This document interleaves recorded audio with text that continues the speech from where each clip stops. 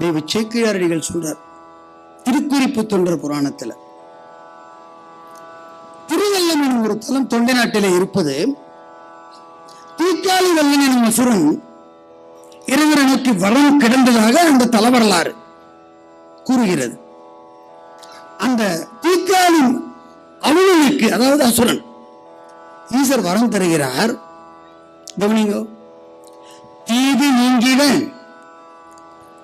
தீக்கலியாம் அவனுக்கு நாததாம் அருள் புரிந்தது. அருள் புரிந்தவர் பிள்ளையை கொடுக்கல.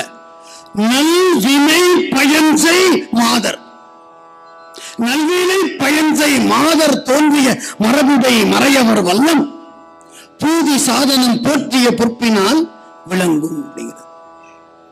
அந்த பெண் குழந்தைகள் பிறந்ததுனால தீக்கலி எனும் அவனுக்கு திருவடிப்பேறு விளைந்தது.